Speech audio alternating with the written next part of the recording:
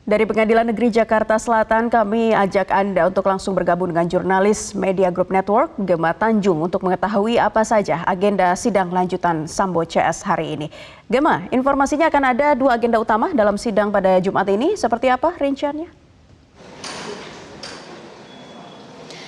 Ya, selamat pagi Naila dan juga pemirsa. Hari ini ada 2 agenda yang direncanakan akan digelar di Pengadilan Negeri Jakarta Selatan. Yang pertama adalah agenda untuk tuntutan JPU terhadap terdakwa kasus obstruction of justice terhadap 6 terdakwa. Sidang direncanakan akan dimulai pada pukul 9 waktu Indonesia Barat di ruang sidang utama tempatnya di belakang saya saat ini. Tetapi sepertinya sidang akan diundur karena saat ini ruang sidang utama masih digunakan oleh pihak internal PN Jaksel untuk rapat internal, sehingga untuk saat ini kami belum mengetahui kapan tepatnya sidang pertama akan dimulai. Tetapi informasi yang kami dapatkan memang sidang hari ini akan dilaksanakan, yaitu tuntutan JPU terhadap terdakwa Arif Rahman, Agus Nurpatria, dan juga Hendra Kurniawan yang akan dilangsungkan pertama pada pagi hari ini di ruang sidang utama untuk agenda tuntutan JPU. Kemudian dilanjutkan di ruang sidang ketiga pada pukul 10:05 waktu Indonesia Barat untuk agenda tuntutan JPU terhadap terdakwa Baikuni Wibowo dan juga Irfan Widianto. Dan sebelumnya kami mendapatkan informasi bahwa di ruang sidang ketiga juga pada pukul 13:25 waktu Indonesia Barat akan dilaksanakan tuntutan JPU terhadap terdakwa Cuk Putranto. Tetapi informasi terbaru yang kami dapatkan bahwa sidang tuntutan JPU akan dilaksanakan secara bersamaan di ruang sidang 3 dan juga sidang 4, sehingga untuk agenda tuntutan JPU terhadap terdakwa Cuk Putranto akan disamakan jamnya dengan tuntutan Baikuni dan juga Irfan pada pukul 10 waktu Indonesia Barat. Kita akan melihat lebih lanjut apakah memang sidang akan dilaksanakan secara bersamaan atau tetap akan mengikuti jadwal semula, yaitu pada pukul 10 hingga pukul 1 waktu Indonesia Barat. Dan diketahui, Naila dan juga pemirsa, ke-6 terdakwa obstruction of justice memang sudah dinyatakan bersalah untuk aksi yang berbeda-beda. Yang pertama adalah Arif dinyatakan bersalah karena telah memindahkan, mentransmisi dan juga merusak CCTV di rumah dinas Verdi Sambo. Kemudian untuk terdakwa Agus ini dinyatakan bersalah karena telah menghalangi penyidikan, begitu juga dengan Hendra Kurniawan. Kemudian juga untuk Baikuni dinyatakan bersalah karena telah memindahkan, mentransmisi dan juga merusak CCTV dari rumah dinas Verdi Sambo. Kemudian juga untuk Irfan Widianto dinyatakan bersalah karena telah mengganti DVR dari CCTV di rumah dinas Verdi Sambo. Dan yang terakhir untuk Cuk Putranto dinyatakan bersalah karena telah memindahkan, mentransmisi dan juga merusak CCTV di rumah dinas Verdi Sambo ketika kejadian pembunuhan terhadap Brigadir Yosua telah terjadi di rumah dinas Verdi Sambo. Dan untuk agenda kedua, ini rencananya akan dilaksanakan pada pukul 9:30 waktu Indonesia Barat di ruang sidang utama setelah tuntutan dari JPU terhadap terdakwa obstruction of justice, yaitu di pukul 9:30 agenda tanggapan JPU atau replik atau jawaban penggugat atas pledoi terhadap terdakwa.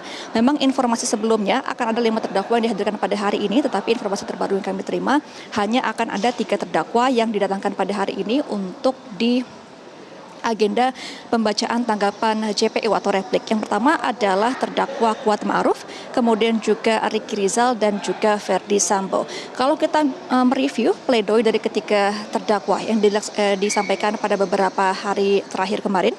Yang pertama ini pledoi dari Ricky Rizal. Ia mengatakan dalam pledoinya bahwa ia tidak mengetahui adanya rencana pembunuhan terhadap Brigadir Yosua. Ia mengatakan bahwa ia hanya menjadi sosok figuran karena tidak mengetahui apapun rencana dari Verdi Sambo ketika hendak melakukan pembunuhan terhadap Brigadir Yosua.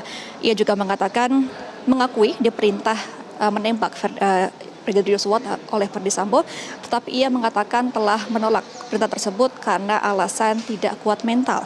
Kemudian juga Ricky Rizal mengatakan tidak tahu menahu mengenai masalah Yosua dan juga Putri Chandrawati dan meminta untuk dibebaskan kepada hakim dalam pledoinya. Kemudian untuk pledoi dari Kuat Ma'ruf, ia mengatakan merasa menjadi korban fitnah dan juga mengutip ayat suci dalam pledoinya. Ia mengatakan menjadi korban fitnah akibat dituduh oleh publik telah melakukan perselingkuhan kepada Putri Chandrawati. Dan dalam pledoinya, Kuat Ma'ruf juga mengatakan bahwa selama Yosua masih hidup, ia memiliki hubungan yang baik kepada Yosua karena Yosua sempat membantu uang sekolah dari anak Kuat Ma'ruf ketika Kuat Ma'ruf tidak bekerja selama 2 tahun. Kemudian juga Kuat Ma'ruf mengelak telah ikut dalam rencana pembunuhan terhadap Brigadir Yosua, terutama menekankan terhadap barang bukti pisau yang ia bawa di dalam rumah Verdi Sambo. Ia mengatakan pisau tersebut tidak digunakan untuk membunuh, melainkan hanya milik dari Kuat Ma'ruf yang ia bawa dan tidak digunakan untuk membunuh Verdi Sambo. Dan ia membantah terlibat dalam perencanaan pembunuhan dan merasa dimanfaatkan oleh penyidik ketika sidang berlangsung selama di PN Jaksel. Ia pun juga meminta untuk dibebaskan kepada hakim karena merasa tidak bersalah atas pembunuhan terhadap Brigadir Yosua. Kemudian yang terakhir pledoi oleh Verdi Sambo yang dibacakan langsung oleh Verdi Sambo pada beberapa hari kemarin ini. Ia mengatakan tidak merencanakan pembunuhan terhadap Brigadir Yosua.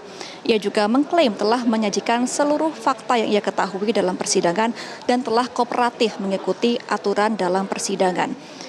Ia juga mengakui bahwa ia membuat skenario palsu terhadap kematian Yosua, sehingga ketika di TKP, Verdi Sambo ini menembakkan pistolnya ke arah dinding dan juga atap, sehingga tercipta TKP yang seolah-olah terjadi baku tembak antara Verdi Sambo dan juga Richard Eliezer. Ia juga akhirnya menaruh pistol yang ia gunakan untuk menembak dinding dan juga atap di lengan Yosua agar terlihat seperti TKP baku tembak.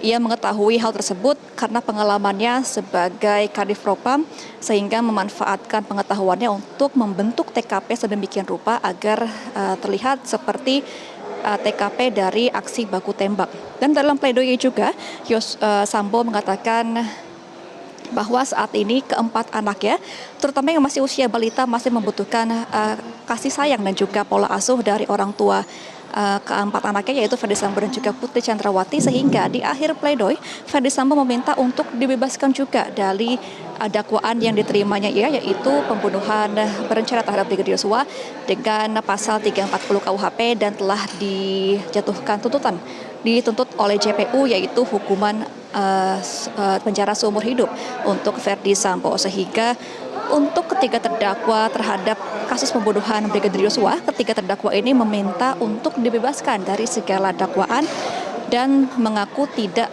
membunuh serta merencanakan pembunuhan terhadap Brigadir Yosua.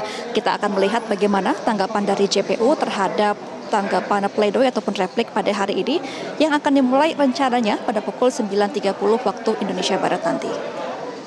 Naila. Baik, Gema, bisa Anda informasikan lagi bagaimana situasi terkini di sana? Apakah para terdakwa sudah sampai di Pengadilan Jakarta Selatan?